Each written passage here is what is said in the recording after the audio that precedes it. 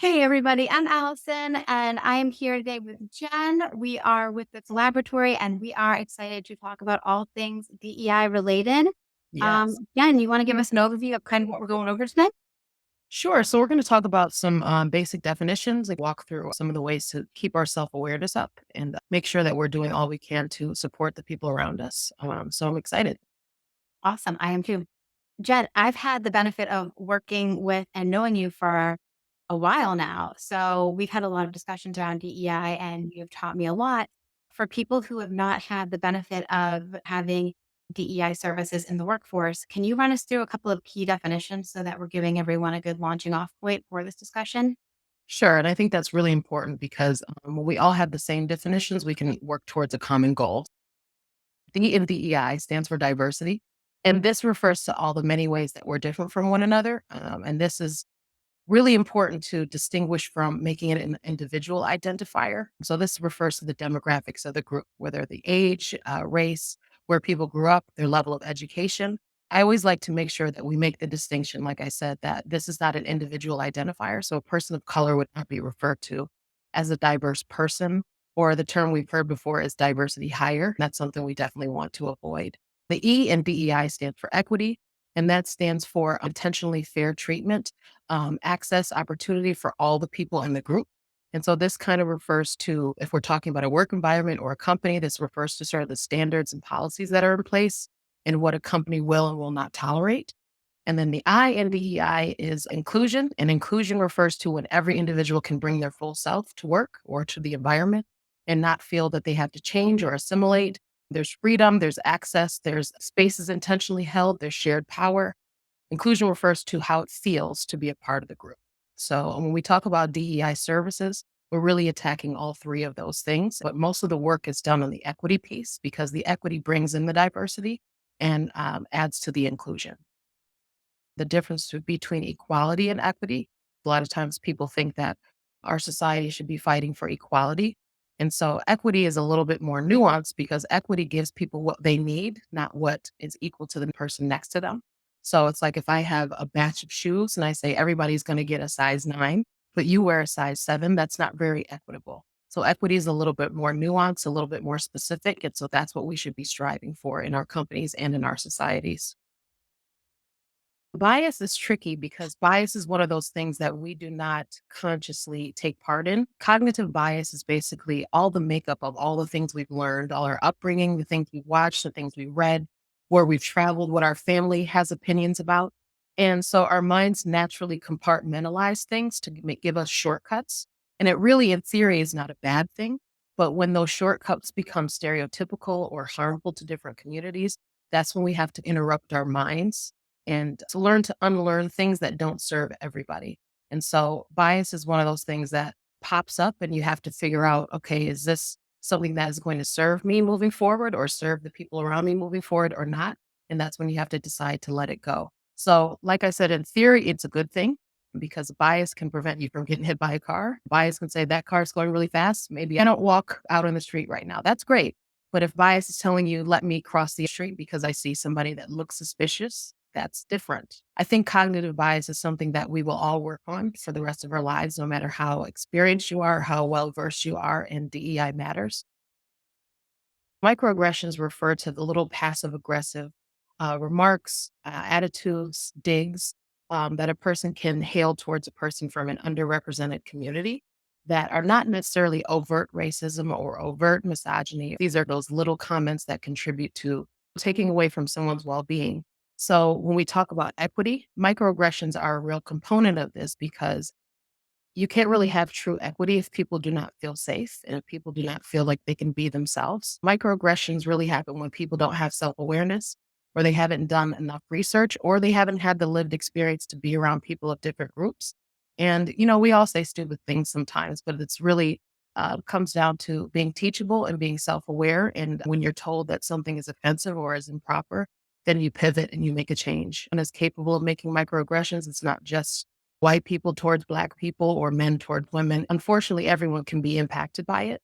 Intersectionality is also a newer term that was coined by Kimberly Crenshaw. She's really a great legal mind and a great civil rights leader, but Intersectionality basically refers to when a person has more than one minority group or more than one underrepresented group that they belong to, sort of navigating what that means and navigating the differences between how those different groups interact within yourself. Intersectionality was really brought up a lot during the women's marches. And when we talk about feminism, feminism can be in one lens. That's all women. So that's all ages of women, that's all races of women, that's all ability status of women. So we kind of have to factor that in when we're talking about a person's whole experience, and that's intersectionality. So privilege is really a difficult topic for some people because when we say privilege in other arenas outside of DEI, it sort of sounds like something that you worked for and something that you received. And that's not what privilege is in this arena. Privilege in this arena refers to the advantages that you get based on the demographic or based on whatever system of privilege is set up in the society that you're in. It's hard to navigate for people because, like I said, it's not something that they cognitively earned and said, I went to school for these 4 years and I earned this degree. So now I have the privilege of getting these jobs. It does not work that way. So privilege is hard. And recognizing how your privilege works oftentimes stops people from learning more because they feel like, well, this isn't my fault. I don't have any responsibility to change this, but really is when we find that we have a privilege or we recognize our privilege, it is our duty and our responsibility to wield that privilege into something that helps everybody. And I think that's the piece that people miss after the awareness part. It's like, okay, I'm aware I have this privilege. Got it. I'm going to, be aware. But be aware and use it and wield it. So when you come into different rooms, you know that you have that privilege and that you know that the people that don't have that privilege, what can you do for them? And that's really something that we could probably unpack over several hours. There are several levels of privilege, but in America, privilege is based on race, privilege is based on appearance, privilege is based on gender, on socioeconomic status. There's so many ways that people can be privileged. And another thing is that what people always don't always realize is that you can be privileged and be marginalized at the same time. You can be a member of both of those groups. And that's a lot to learn about too. That's a lot to unpack about our own self-image. How can me in this one arena be a member of a group that's privileged? And on this one, I'm marginalized. So it's a lot to unpack. So does that tie into the intersectionality piece of it? Or Yes. are we talking about two different things here? Well, intersectionality is more belonging to two or more groups that are marginalized. Okay. So that would be like if a person is a woman and a member of the disabled community, or me, I'm Black and a woman. Okay. That makes a lot of sense. This is the whole thing, right? There's so many terms, there's so many good definitions, so much to unpack. It's helpful to sit and chat with someone about it and be like, okay, where Yeah. how does this work? This is a relatively new field. DEI is something that people are still working on building data points for and gathering data. So this is very new. There's a lot of language that isn't there yet. Like I said, intersectionality came about in the late 80s. There's not a word yet for people that are marginalized and privileged, but hopefully there will be. But yeah, it's new and we have to be patient with it. How does someone become an ally? Can you talk about this? I feel like we really need to unpack the allyship terms a little bit. Sure. So let me preface by saying allyship is not the goal. Co-conspiratorship is. So I'll talk about what the difference is. Being an ally is really being in the beginning stages of your journey. And this is when you first have your self-awareness and you say, oh, I'm realizing that this community that's adjacent to me or this person that's near me is experiencing something that I'm not experiencing. Being an ally is really the stage where you're saying, I'm learning, I'm becoming more self-aware, and I'm self-reflecting. So it's really centered on you. So that's why we say allyship isn't the goal because there's really no action with allyship. And there's little to no risk either. So when we talk about the stages of allyship, so once you have your self awareness and you're self reflecting, you are now an ally because now you can see something and say, actually, that's not right. That person shouldn't be experiencing that. That's sort of half the battle, even knowing that something is improper. When you move from the allyship to accomplice, that's when you have some action. An accomplice is more of a person that's saying, I'm using what I've learned through my phase of allyship and I'm now trying to impact what's around me. That doesn't mean you drive to DC and start a rally. It's what's going on in your neighborhood. What happened at your grocery store? What did you overhear your mom or dad say to your sibling that wasn't right?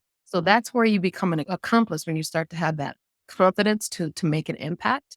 And then finally, when you've been an accomplice, you move to a co-conspirator. And a co-conspirator is someone that says, I'm joining in this with you. How can I help you? How can I make an impact? I respect what's already been done. I don't need to be the leader. I can come and listen, and I can help out where I need to. And so when we talk about allyship, people like to stay there because it's very comfortable, right? It's very like, I'm aware now. I'm going to just be aware. And that's really good because a lot of people don't have awareness, but you've got to move through those stages so that you can really help people and so that you can also help yourself. We're helping a collective. We're raising the social consciousness when we are really aware, and then we move through these stages. So allyship is great, but we shouldn't stay there. I hope that makes sense.